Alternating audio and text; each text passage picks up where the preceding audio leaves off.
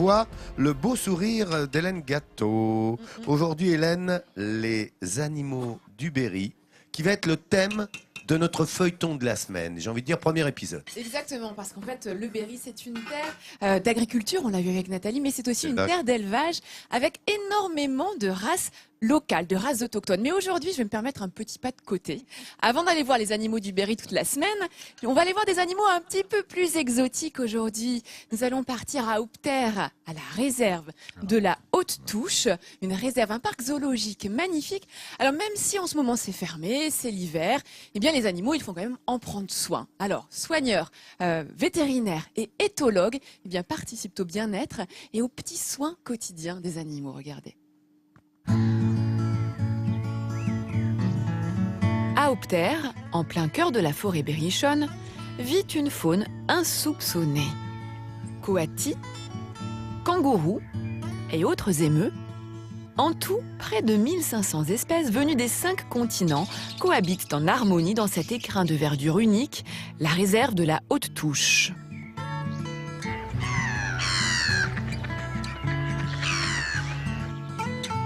Fermé au public durant l'hiver, y pénétrer à cette période, c'est découvrir le travail continu d'une équipe de soigneurs, de vétérinaires et de chercheurs. Des passionnés du monde animal, commençant leur journée tôt le matin par une visite rituelle dans les enclos de leurs protégés. Et du coup, la hyène, comment elle va ce matin? Elle se tient plus comme elle faisait, comme si elle était en douleur, mal au ventre? Ah non, non, non. Si la hyène a passé une bonne nuit, il y en a d'autres qui attendent avec impatience qu'on vienne leur donner la béquille.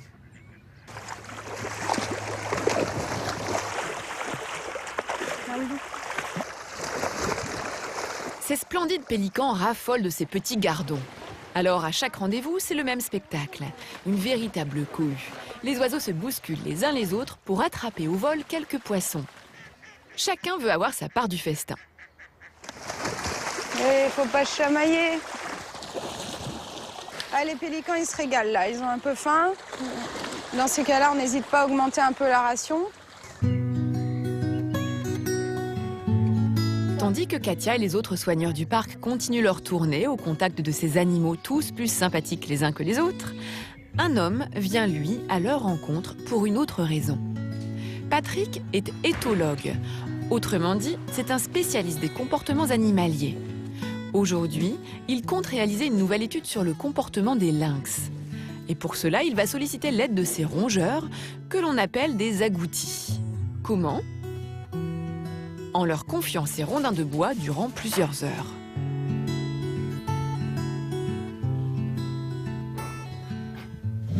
Ça sent assez fort quand même, même pour moi. L'agouti a laissé beaucoup d'odeur sur ce rondin de bois. Alors pour les lynx, c'est une bombe olfactive, quoi. C'est énormément d'odeurs, des lynx qui ont un odorat 20 fois plus perfectionné que le nôtre. Donc ils vont sentir tout de suite qu'il y a un truc nouveau dans leur enclos. Et on va voir comment ils y réagissent. Épaulé par Sandrine, soigneuse à la réserve de la Haute-Touche, Patrick dispose les morceaux de bois odorants dans l'enclos des lynx avant de libérer les fauves. Moi c'est bon, on va pouvoir les sortir, vas-y. D'accord.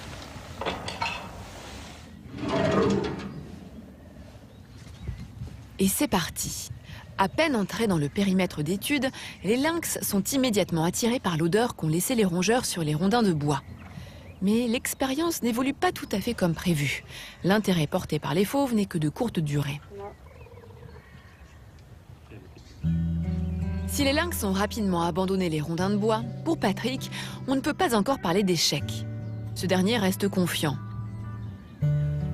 Il sait que le groupe a en priorité besoin d'explorer et de marquer l'ensemble du territoire avant de pouvoir se concentrer sur les morceaux de bois. Et le spécialiste voit juste, car au bout de quelques minutes... Et voilà, il commence à mordiller le rondin, c'est super. Voilà, donc il y en a un qui joue avec le rondin, puis l'autre arrive et ils jouent ensemble. Pour ce spécialiste du comportement des animaux, le succès est double. Non seulement les lynx ont réagi au contact de cette nouvelle odeur, mais en plus, le jeu autour du rondin de bois crée une interaction entre les individus et renforce la cohésion du groupe. Patrick et Sandrine ne perdent pas une miette de ce spectacle fascinant.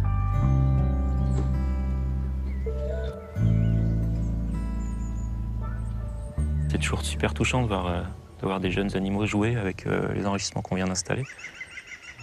Un peu comme si vous offriez un nouveau doudou à votre enfant, c'est plutôt rigolo. Nous, le but, c'est qu'ils s'ennuient pas. C'est le bien-être animal avant tout, quoi.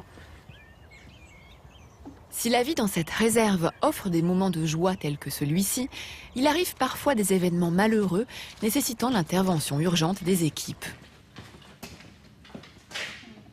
On retrouve Katia, la vétérinaire du parc. Depuis une dizaine de jours, elle suit l'état de santé de cette biche blessée à hauteur du cou. Donc ça, ce sont les vertèbres cervicales, les vertèbres du cou. Là, on voit le petit bout d'os qui s'est détaché. Et on voit également une deuxième fracture ici. Des fractures qui la faisaient souffrir et l'empêchaient de se nourrir.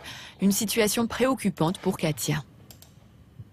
On a préparé tous les jours une bouillie pour la nourrir à la main. Donc on lui donnait patiemment 3 à 4 fois par jour pour assurer ses fonctions vitales. Grâce aux efforts de l'équipe vétérinaire, la biche a finalement survécu. Mais après cette période de convalescence, a-t-elle retrouvé sa motricité ? Et alors, ma bibi? Et comment ça va, ma bibiche? Quand Katia entre dans le box pour retrouver l'animal, la réponse ne se fait pas attendre. Oh là là, mais c'est bien, c'est ma bibiche. Je suis super heureuse. Franchement, tous les matins, c'est aller, est-ce qu'elle a fait des progrès, est-ce qu'elle va pouvoir se lever? Et ouais, après, c'est un bonheur, quoi. Surprise de ses progrès et de sa guérison, notre vétérinaire décide de sortir l'animal dehors. Doucement, doucement. Ouais, super. Et alors? C'est de l'herbe? La biche se tient debout, mais cela reste encore difficile pour elle d'avancer. Alors sa protectrice l'encourage. Allez, viens. En entendant l'appel de sa protectrice, l'animal se lance finalement, pour le plus grand bonheur de Katia. Mais tu marches, toi! Je suis super contente de l'avoir comme ça. C'est un grand moment. Malgré sa frêle démarche, Katia est assurée de la bonne convalescence de l'animal.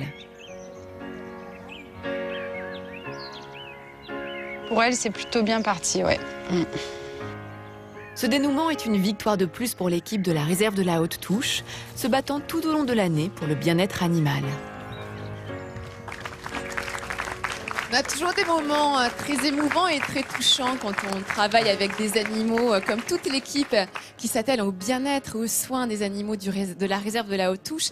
Et alors là, je vais vous emmener également dans les coulisses des coulisses de cette réserve.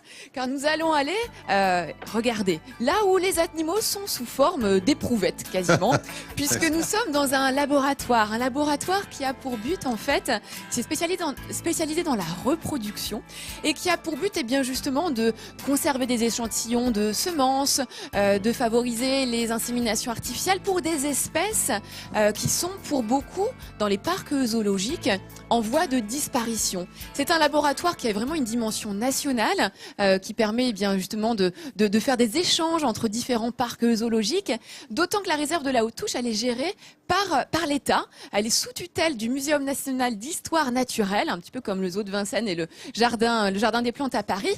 Et donc c'est très très très réputé en France et on peut le voir avec toute l'équipe de soigneurs, vétérinaires et éthologues qui travaillent quotidiennement auprès de ces animaux. Alors encore une fois, la réserve est fermée en ce moment, c'est la période hivernale, mais c'est un lieu que je ne peux que vous conseiller d'aller découvrir, d'autant qu'il y a une collection de cervidés exceptionnelle, la plus importante d'Europe.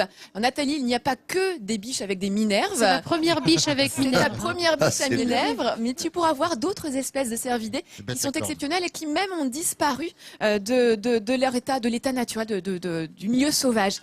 Eh bien, donc aujourd'hui, je remets à Patrick Roux qui est venu nous rendre visite, qu'on a vu dans le reportage. Patrick Roux est éthologue, il représente le parc et puis toute l'équipe des soigneurs vétérinaires et éthologues. Eh bien, je vous remets le sourire de France pour tout le travail que vous faites autour des animaux et pour l'accueil des visiteurs tout au long de l'année à la réserve de la Haute-Touche. Bravo, vérité. Bravo, monsieur. Félicitations pour votre travail. Si vous venez de nous retrouver à